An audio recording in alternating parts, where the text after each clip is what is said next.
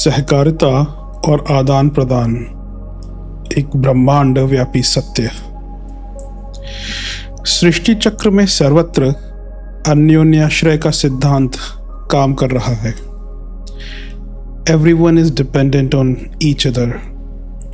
जड़ चेतन तत्वों से मिलकर बना यह समूचा ब्रह्मांड एकता के सुदृढ़ बंधनों में बंधा हुआ है और हर किसी को दूसरों का सहयोगी तथा दूसरों पर आश्रित होकर रहना पड़ रहा है।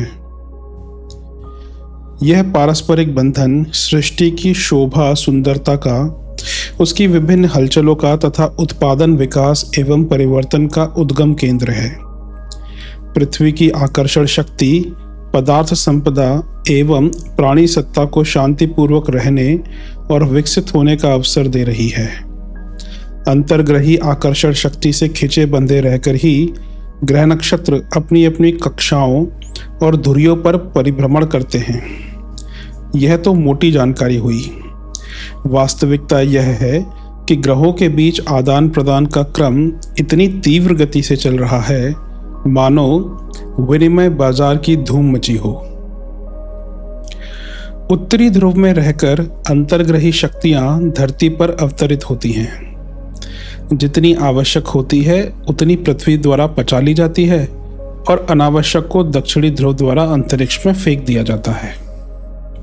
उत्तरी ध्रुव को पृथ्वी का मुख कहा जाता है तो दक्षिणी ध्रुव को मलद्वार। यदि पृथ्वी को अंतर्ग्रही अनुदानों का आहार ना मिले तो उसे भूखे ही रहना पड़ेगा। इन ध्रुव क्षेत्रों के अतिरिक्त अन्य स्थानों पर भी कितने ही ऐसे छिद्र हैं जिनके माध्यम से अंतर्ग्रही आदान प्रदान का क्रम सुचारू रूप से चलता रहता है। इन्हें रोमकूप अथवा स्वेद छिद्र भी कहा जा सकता है। शरीर इन छिद्रों द्वारा भी सांस लेते हैं और सांस छोड़ते हैं। पृथ्वी पर कितने ही ऐसे छिद्र हैं जिनमें होकर सूक्ष्म ही नहीं स्थूल भी धंसता और निकलता देखा जा सकता है। पृथ्वी का ऐसा ही एक रोम छिद्र अटलांटिक महासागर में मियामी के हिस्से में है। यह क्षेत्र त्रिकोण जैसा सैकड़ों वर्ग मील आकार का फैला हुआ है।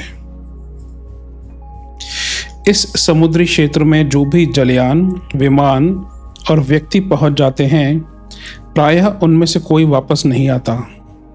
उनके कोई अवशेष चिन्ह भी नहीं मिलते। फिर भी कुछ भाग्यशाली व्यक्ति हैं जो बड़ी मुश्किल से अपने यान को अथवा स्वयं को इस शैतानी पंजे से छुड़ा सके। इन व्यक्तियों द्वारा मिलने वाले विवरण विस्मय विदगत कर देते हैं। सन 1964 में मियामी की सन लाइन एविएशन नामक कंपनी के एक विमान चालक चक बैफली को विमान लेकर नासाउ तक जाना था। चक बैफली अपने यान सहित इस त्रिकोण में फंस गए और सौभाग्य से बचकर अपनी यात्रा पूर्ण कर सके। चक बैफली ने उन संघर्षपूर्ण क्षणों का विवरण इस प्रकार किया है। मौसम बहुत बढ़िया और साफ था। रात्रि को 9:30 बजे के करीब एकाएक मुझे अजीब सी अनुभूति हुई। मुझे लगा कि विमान के यंत्र एक अजीब सी रोशनी के साथ चमकने लगे हैं। कुछ ही क्षणों में यह चमक इतनी तेज हो गई कि यंत्रों को पढ़ने में कठिनाई महसूस होने लगी। एकाएक यान के कुतुबनुमा की सुई तेजी से गोलाई में घूमने लगी। यान के इंजन में ईंधन की स्थिति बताने वाली सुई कभी तो शून्य पर आ जाती और कभी पूरा ईंधन भरा होने का संकेत देती। उस समय तो मैं अवश्य किंकर्तव्य विमूढ़ रह गया जब स्वचालित चालक ऑटो पायलट यंत्र ने यान को दाहिनी ओर मोड़ दिया तथा इसके बाद वायुयान के सभी यंत्र विचित्र सूचनाएं देने लगे। किसी प्रकार मैंने स्वयं का इतना संतुलन बनाए रखा कि विमान को उड़ाया जा रहा था। चमक इतनी बढ़ गई थी कि मुझे कुछ भी दिखाई देना बंद हो गया। फिर भी मैंने अपना संतुलन नहीं खोया। थोड़ी देर बाद चमक अपने आप कम होने लगी। जैसे जैसे चमक कम होती गई वैसे वैसे यंत्र ठीक तरह से काम करने लगे। किसी तरह वायुयान को हवाई पट्टी पर उतारने में सफल हो सका तो मैं तुरंत उसके निरीक्षण में जुट गया। उस समय मेरे आश्चर्य की सीमा न रही जब मैंने पाया कि वायुयान की हर चीज बिल्कुल ठीक थी। इसी प्रकार जीवित लौटे जिम रिचर्डसन और दूसरे वायुयान चालकों ने भी अपने रोमांचकारी अनुभव बताए हैं। उनके यानों में भी इसी प्रकार की गड़बड़ियां उत्पन्न हुई। दिशा सूचक यंत्र बिगड़ गया, रास्ता भूल गए, नीचे ऊपर भयंकर धुंध छाई हुई थी और समुद्र में तूफानी लहरें उठ रही थी। धुंध में कुछ भी दिखाई नहीं पड़ता था। यह संयोग ही कहा जाना चाहिए कि दिशा ज्ञान न रहने पर भी उनका वापस लौटना और बचना संभव हो सका। उक्त क्षेत्र में 1840 से जहाज़ों के लापता होने का विवरण प्राप्त है, परंतु निरंतर संपर्क और सूचनाओं के आदान प्रदान की व्यवस्था न होने के कारण उन्हें किसी दुर्घटना का शिकार मान लिया जाता रहा। 1984 से जब विमानों ने इस क्षेत्र में उड़ना आरंभ किया तो उन्हें वास्तविकता का कुछ आभास होने लगा। इसके बाद तथ्य का पता लगाने के लिए संबंधित राष्ट्रों की सरकारों ने व्यापक स्तर पर प्रयास किए, लेकिन कुछ भी पता नहीं लगाया जा सका। 1955 में जापान के वैज्ञानिकों का एक दल उस क्षेत्र में गया। यह दल आधुनिकतम यंत्रों, सुरक्षा उपकरणों तथा आपातकालीन व्यवस्थाओं से सुसज्जित कातिमार 5 योर नामक जहाज पर सवार था। इसके बावजूद भी तथ्यों का पता लग पाना तो दूर रहा, उल्टे कातिमार भी गायब हो गया।